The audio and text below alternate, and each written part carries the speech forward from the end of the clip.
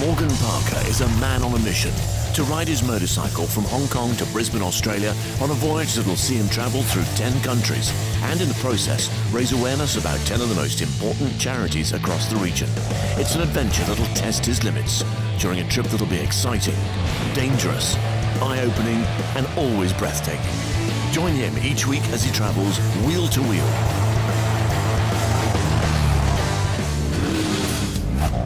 After Vietnam and an intense learning experience with Animals Asia, Morgan is now on his way to visit Child's Dream in Laos.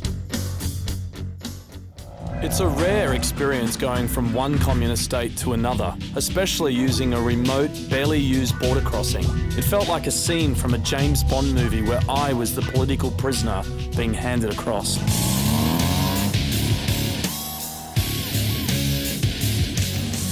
I was released from Vietnam after a whole lot of paperwork, and then I made this lonely, quiet journey across this isolated bridge and arrived at the next communist state, Laos. I'd never been to Laos and was thrilled to have made it to my fourth country on the expedition. Laos is not anywhere near as developed as Vietnam, China or Hong Kong where I'd come from, so it was like stepping back in time. It took hours longer than expected to get from Hanoi to the border, so now I'm running out of daylight, running out of fuel, and there's nowhere obvious to sleep overnight. 20 kilometers back, a guy scammed me with a makeshift fuel pump, leaving me with few options. But after 2 weeks on the road, I've learned how to adapt.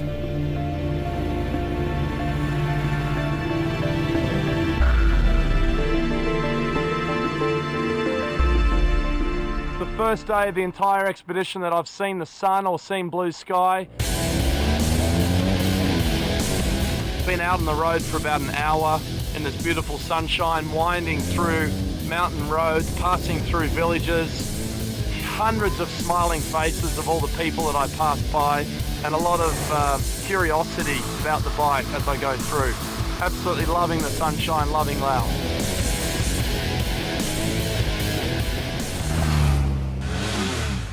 As I rode through the countryside, I could see why the work of our selected charity here, Child's Dream, is so important. Lots of children, but no schools in sight. But before meeting its founders, Daniel and Mark, I was keen to experience Laos as a tourist. One of the country's star attractions is the Plain of Jars. Hundreds of ancient stone jars randomly scattered across the landscape. We're here in the World Heritage Site, the Plain of Jars in northern Laos. An area of such mystery, no one actually knows what these jars were originally placed here for. Explanations include storage for rice, storage for bodies, and even weirder examples of perhaps giants inhabiting the earth thousands of years ago and using these as their cups for drinking. Who knows? All I know is it's fascinating. It's great that we're able to come here. And for me, you know, it's a mystery still.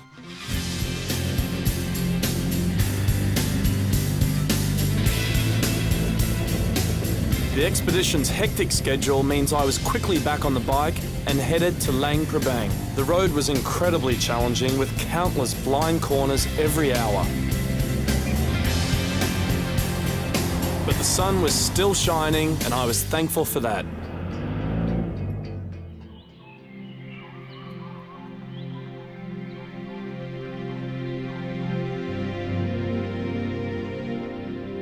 To me, Luang Prabang in particular represents one of the most interesting, cool, bohemian little towns that exists in Asia today. I definitely want to come back here one day as a tourist to spend time soaking up the relaxed culture, the history and Buddhist sites. Luang Prabang is a well-known backpacker's gem, but it's about to become a whole lot more popular with mainstream tourists. I'm eagerly awaiting the rendezvous with Child's Dream and opening my first ever school in a matter of days. But until that time, I want to experience everything. That includes eating some local food. This is a fried cricket, a local specialty of Laotian cuisine. And, you know, when I go to a different place, I always like to try and be at one with the locals. And so here we go. It's actually not too bad. Thankfully, it wasn't an all-insect diet whilst in Laos. This landlocked country, sandwiched between Thailand, Vietnam and Cambodia, is influenced by many cultures. But despite that, Laos still maintains its own identity and vibe. Well, I think obviously the development was obviously much faster in Thailand. Laos and Cambodia, obviously very different countries, but they had they participated in war. I mean, Laos was heavily bombed during the Vietnam War. Cambodia had the Khmer Rouge, a lot of social unrest there. So I think they had like a late start in their development. In Laos here, I think corruption might be a little bit less than in Cambodia, but it's still present. And it's still a very communist country, so it's still quite closed with all its pros and cons. Corruption aside, there's a real spiritual aspect to Laos. The sight of hundreds of orange-clad monks picking up their alms in the morning is breathtaking.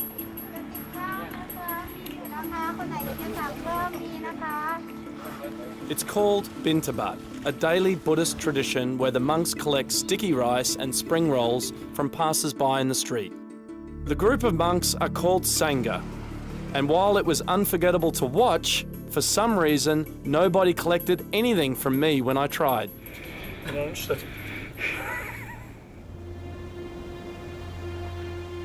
Undaunted, I also climbed 100 metres up above the old part of Luang Prabang, where I visited the religious site known as Wat Tan Pusi. There I could see the main temple, a supposed imprint of Buddha's foot, and enjoy an inspiring view of the town. It's awesome. What a view. The whole city of Luang Prabang is recognised by UNESCO as a World Heritage Site. The town's architecture and planning almost feels more European than Asian. The people are genuinely hospitable to adventurous tourists who are searching for a place that's not affected by commercialisation. We're here in Laos at the National Park. This area has usually got a huge amount of gushing water coming down. In the summertime, Laos receives a lot of precipitation. Of course, we're here at the end of winter, which is the driest part of the year, hence no water, despite what we've had while we've been in Laos, which is 3 days of incredible rain. Laos has got this sort of rudimentary feel about it, just like this tourist attraction. It's a bit like Thailand 20 years ago. It's got a real charm about it. Things are still very basic, but more and more tourists are discovering exactly what Laos has to offer. The next stop, a trip down the river to find some elephants.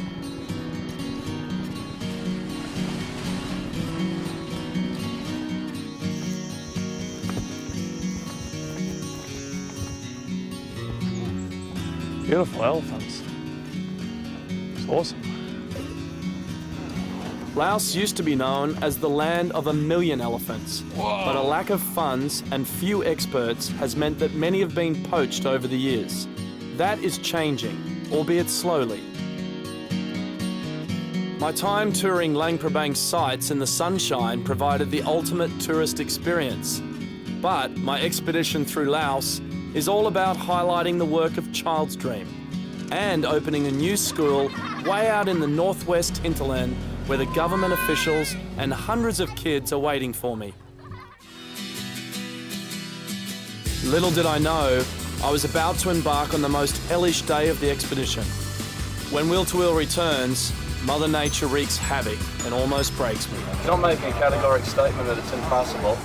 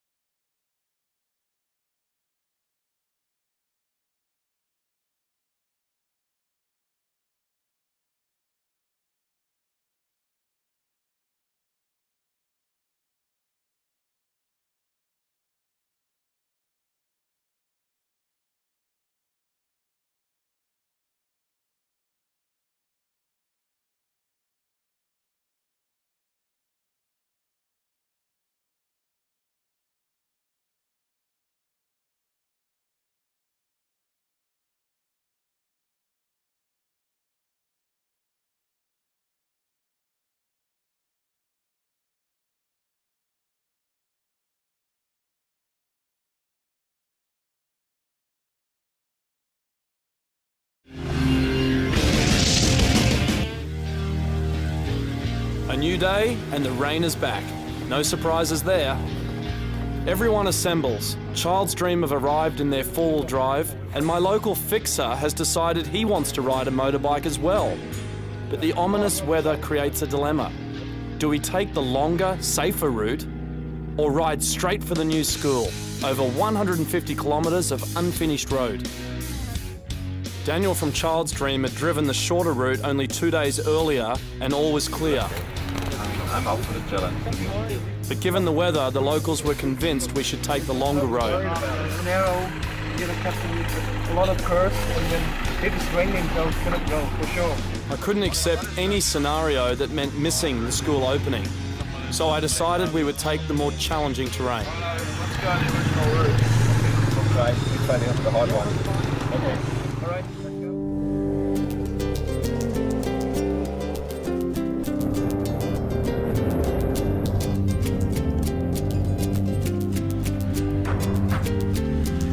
Initially, it seemed like I'd made the right decision. The weather eased and crossing the Mekong River was glorious. It's unbelievable.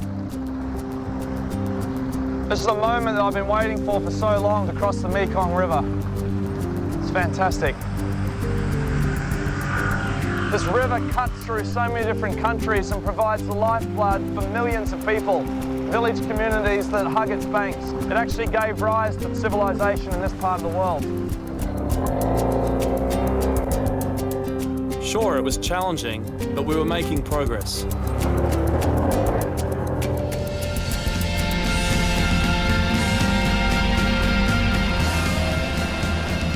It was thrilling to be on this dirt road, riding through villages and frequently crossing creeks and rivers.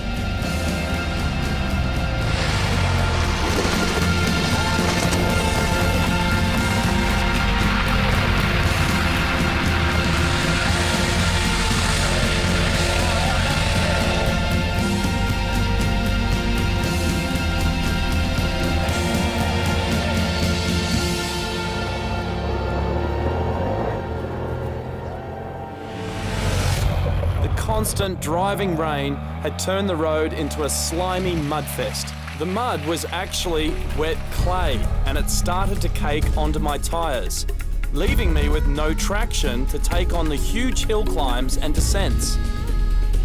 What a recipe. Take a fully loaded bike, combine it with freezing temperatures, mud and rain, then add fallen trees to the mix. It was just another obstacle to move out of the way.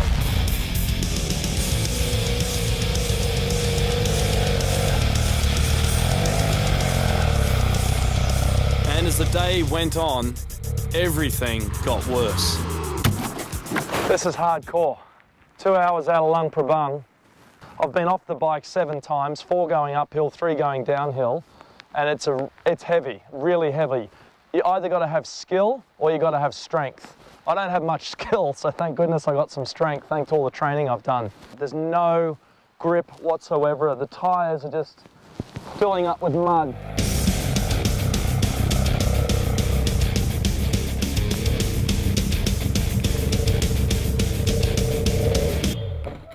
I'm glad to know the motorbike still works when it's been upside down.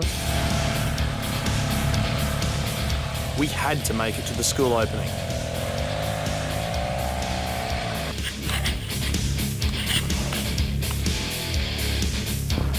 Okay, I'm there.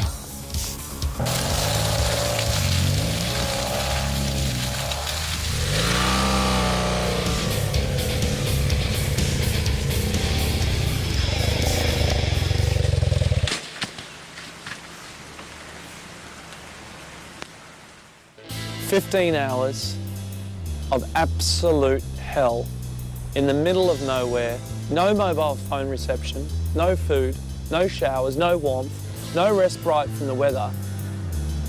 One four-wheel drive's gone off the cliff. The Child's Dream four-wheel drive, it's parked by the side of the road, unable to negotiate some of the very steep inclines that I had to get through.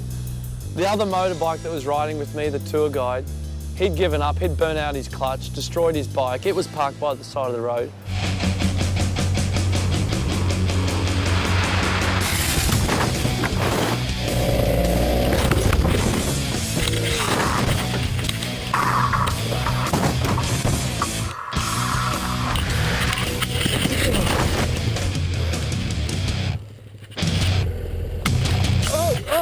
Go!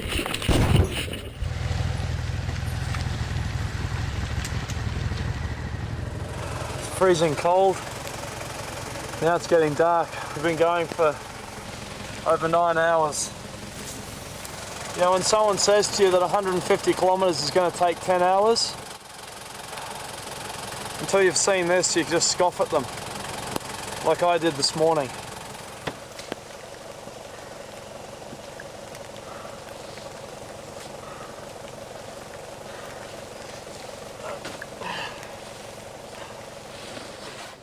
It's the hardest day of my life, hardest ride of my life. 150 kilometres. I never could have thought anything could be so hard, and it just challenged me so much. All I could think about was my family, my friends, people who have supported me, and just finding my way through and getting to the end and being able to talk to them. I'd come down with a severe case of hypothermia, and we desperately needed a place to sleep. 4 guest houses later, and things were becoming dire. Around 9 o'clock, someone was banging on my door, opened the door and saw aliens. And they looked totally dirty, and then they asked for a room, but I was full. Monica has saved my life tonight. I was starting to lose consciousness in the car.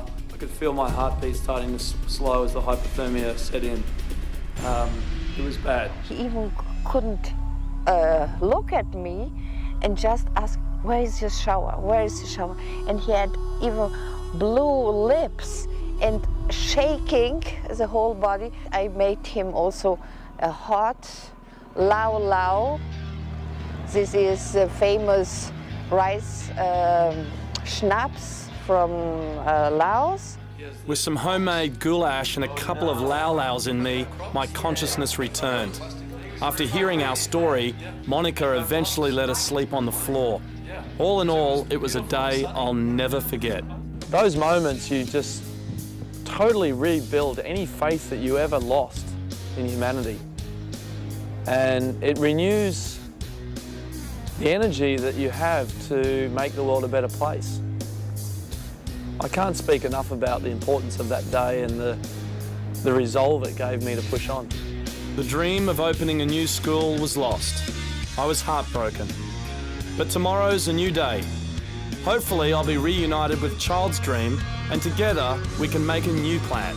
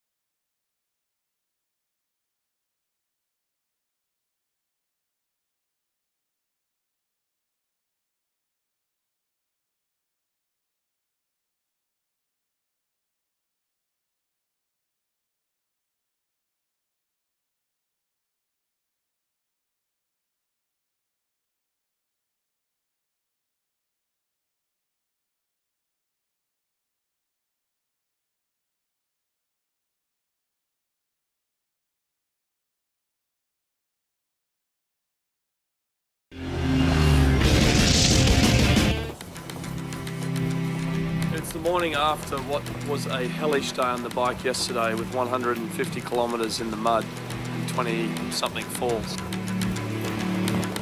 It's still raining out here in northeastern Laos, completely unexpected for this time of year.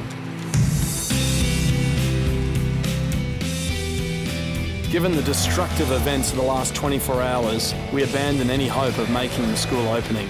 Instead, we travelled for a few hours to two of Child's Dream's more accessible schools. The reception at the first school made it all worthwhile.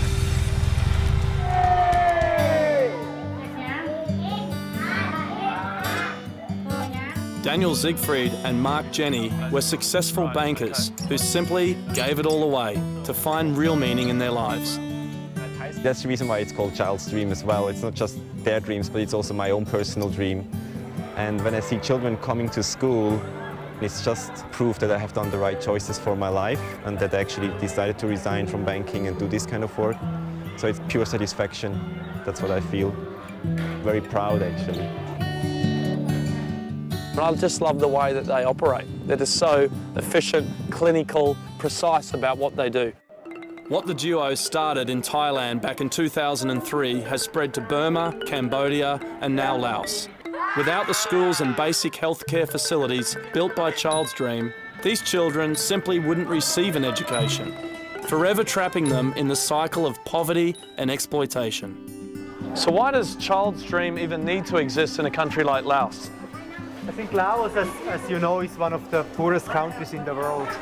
And the government simply does not have enough resources, financial resources, to provide school buildings all over the country. And that's where we come in to support the country. We are mainly providing primary schools and secondary schools, whereby we also build boarding houses in certain instances. If the distance for a child is too far to go every day back and forth, then we provide boarding houses as well. Child's Dream's impact is clear to see. Where the students once went to school at these makeshift shacks, a sturdy new school can be built for $40,000 US with the help of private and corporate donations from around the world. What's really powerful about this charity is they hand over the building on completion to the community who provide the teachers and books. It really is the ideal collaboration. I got to see how well the system works when I checked out one of the lessons.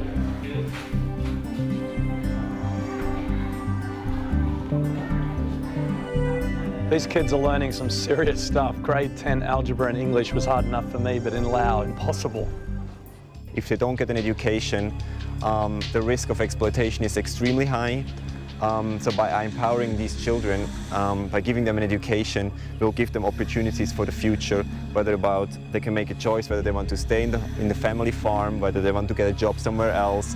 And even if they stay in the family farm, they will make good decisions for their farm because this is like a small enterprise.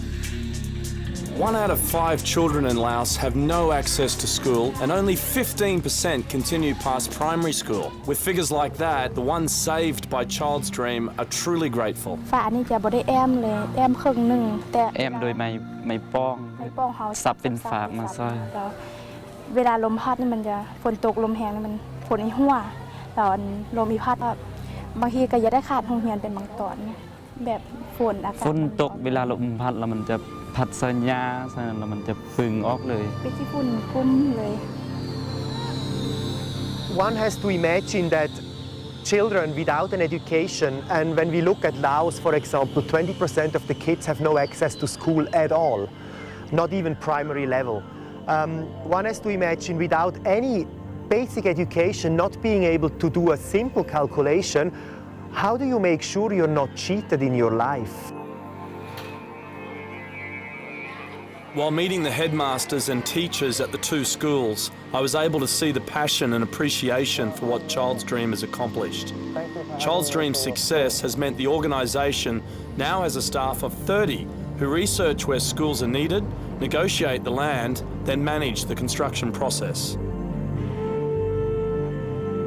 We have no intention to grow the organization further, so we want to be 30 people. It's a very family-like environment. We all know each other very well. We have slept one night in the car, which is very normal. So it's like, we want to keep it that way. Despite having already made a huge impact, the duo plan to keep building schools in Laos if they're able to raise the funds. we are two bankers. We said, like, let's try, you know, if we can build a school here and here, we have achieved our goal. That we would have 30 staff having completed 120 projects over the last 7.5 years, having helped more than 200,000 kids in that period of time, that we would not have imagined in our wildest dreams. For me, as a founder of the organization, every time I walk to a school, it touches me, and it's the fulfillment of the dream. That's why the organization is called Child's Dream.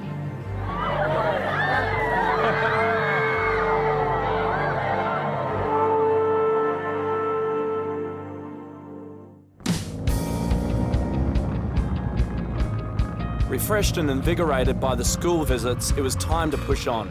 I was now completely alone for the first time in the expedition. It made me feel nervous, perhaps a little scared, but certainly apprehensive. Overall, I was excited about the opportunity to be a solo adventurer. Now I could set my own pace, stop where I wanted to stop, and really challenge myself to go on. The day was beautiful, a perfect blue sky.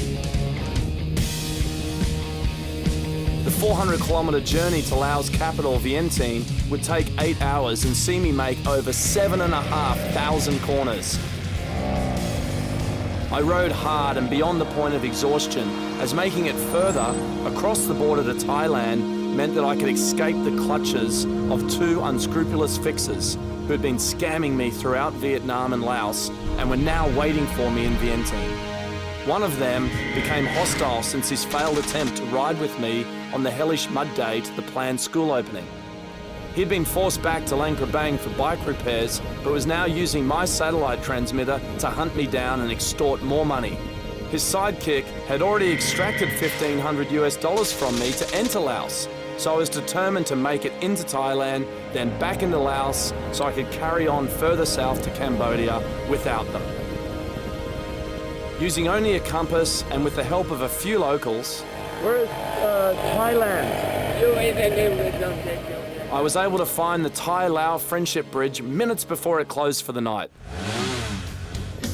Morgan Parker may be able to get into Thailand, but his route calls for a return to Laos before crossing into Cambodia. Will the fixers be waiting for him? What surprises await our intrepid adventurer?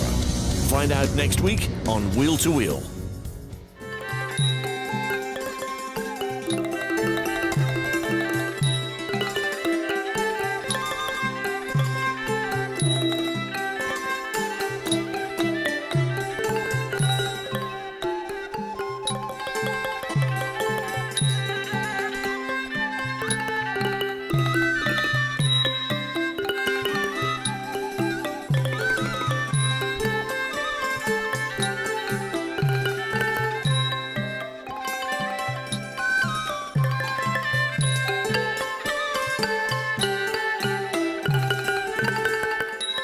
For more information, please visit wheeltowheel.tv.